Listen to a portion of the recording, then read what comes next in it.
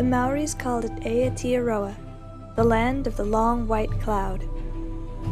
Or at least that's what Nana says. My grandmother was raised in New Zealand, but I've never even been there. Someday maybe I'll go. But for now, I know New Zealand only through her stories.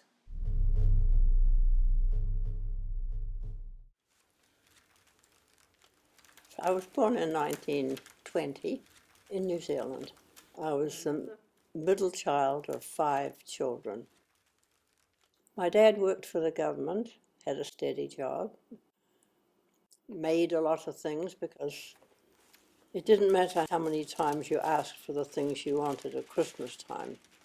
It wasn't possible with 5 children to have them. However, we made do. We'd go swimming out at the river. We made our little things with cardboard boxes and we had fun. And then, of course, the 29 earthquake came. I'd only been, 9 years old then. That was one of the biggest earthquakes in New Zealand. But it's not recorded in too many places because New Zealand was way out of the way in small islands. We were having exams and I was feeling very pleased with myself. I had finished all my arithmetic. I had proved it. I had worked it backwards. You know how you do to prove it. And they were all right, and I was the first one up to the desk. So I collect my papers and proudly strut up to the teacher, whose name was Miss Mum, M-U-M. And I remember saying, "I," and boom, the earthquake came, one bolt, and then shook. She had the whole building just rattled. It was a big brick building with towers on it and great big pointed things, you know, like this, with a big cement globe thing at the top, and everything started falling down in the classrooms, and it was an awful noise.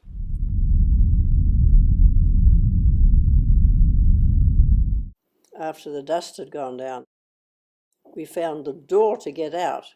Bricks and things were about 2/3 way up the door, so we had to crawl up and over to see what was going on. There was yelling and noise and dust like crazy.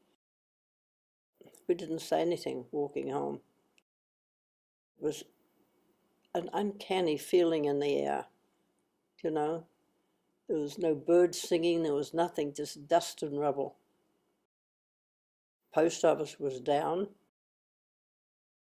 It's a big major river called the Buller River. It was blocked. There was no transportation to a lot of these places unless they went by boat.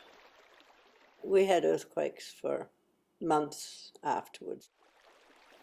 In the evening, we'd sit and hold the table and wait for the rumble. Here it comes. And just before 6 o'clock every night, there was an earthquake. The big government guys who came down from the capital, Wellington, to see all the damage and what was done, they got scared and all went home. Everybody left. And some of the big shots where we lived, they didn't stay either. They couldn't hack it. But we got through it. Depression came right after that. Quite appropriate, wasn't it? Things were not so good. But most people got by because of having their own gardens. Everybody had gardens, winter gardens, summer gardens. My dad put new soles on our shoes. He cut old car tires, you know how thick they are. A lot of people did those kind of things.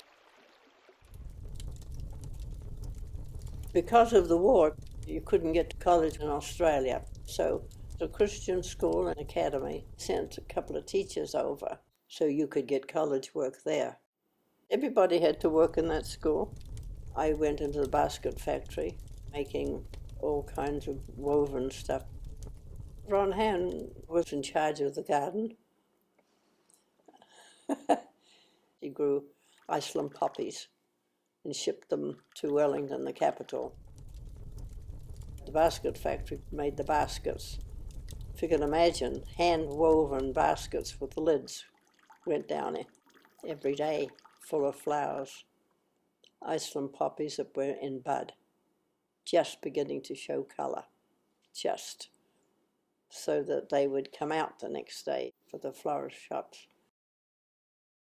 I needed to contact him because I needed to know the size of the baskets and everything. How many and when and where. And he'd order the baskets, and of course, you know, there were things to discuss. Anyway, became good friends and later more than friends. His aim was to become a physician in America. Thank you. He graduated in 43 and he was working on his permit, ticket and everything. I went with him down to Wellington to get his papers, but I wasn't finished in school. I still had one more year to go. His ticket didn't say where he was going because they didn't know. He was on a troop ship. They wouldn't say what direction they were going because there were a lot of enemy boats in the Pacific. We said our goodbyes at the train station. That's when he gave me a ring. So I went back to school and he went up and joined a troop ship, and that was it for 3.5 years. This is a long way away. I mean, you know, 6 weeks for a letter. Ron tried to call me by phone, which hadn't been done before. It took 3 days to get through. Communication had to be cleared. They had to stop everything to get this one through. So it was just very brief, but it was nice. That was one thing I helped make history on.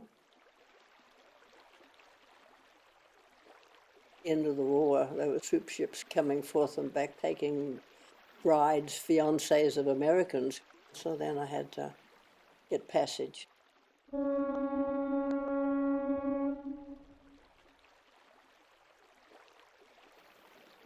There he was, standing on the wharf, just like a day after I'd left.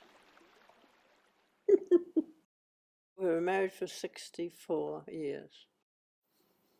That's a long time, isn't it? Extremely patient, kind, a man of few words, very few words. So you children and grandchildren have some pretty good genes there somewhere.